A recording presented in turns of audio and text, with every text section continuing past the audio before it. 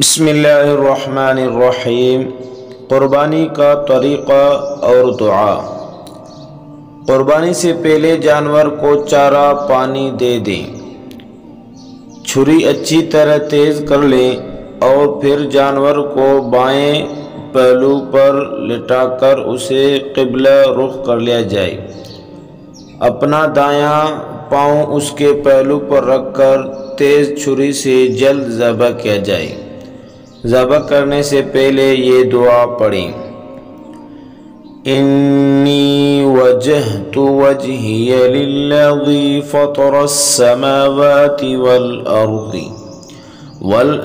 علی ملت ابراہیم حنیفا وما انا من المشرکین قل ان صلاتي ونسكي ومحياي ومماتي لله رب العالمين لا شريك له وبذلك أمرت وأنا من المسلمين اللهم منك ولك بسم الله الله أكبر۔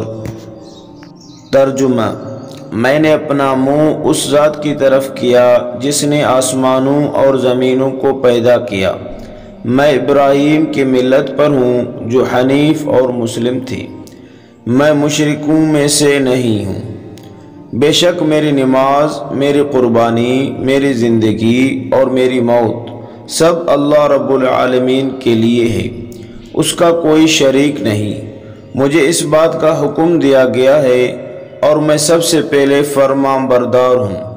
اے اللہ، یہ جانور آپ کی طرف سے ملا ہے اور آپ کے لیے ہی یہاں اپنا نام لیا جائے، آپ کے لیے ہی آپ کی طرف سے قربان کیا جا رہا ہے، اللہ کے نام کے ساتھ، اور اللہ سب سے بڑا ہے۔ مندرجہ ذیل بالا دعا پڑھ کر ذبح کر دیں۔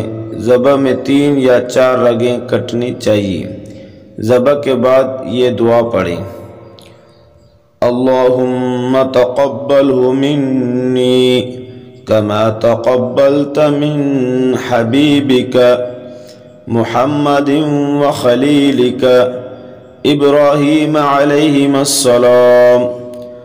ترجمہ: اے اللہ، میری طرف سے یہ قربانی قبول فرما جس طرح آپ نے اپنے حبیب محمد صلی اللہ علیہ وسلم اور اپنے دوست ابراہیم علیہ السلام کی قربانی قبول فرمائی۔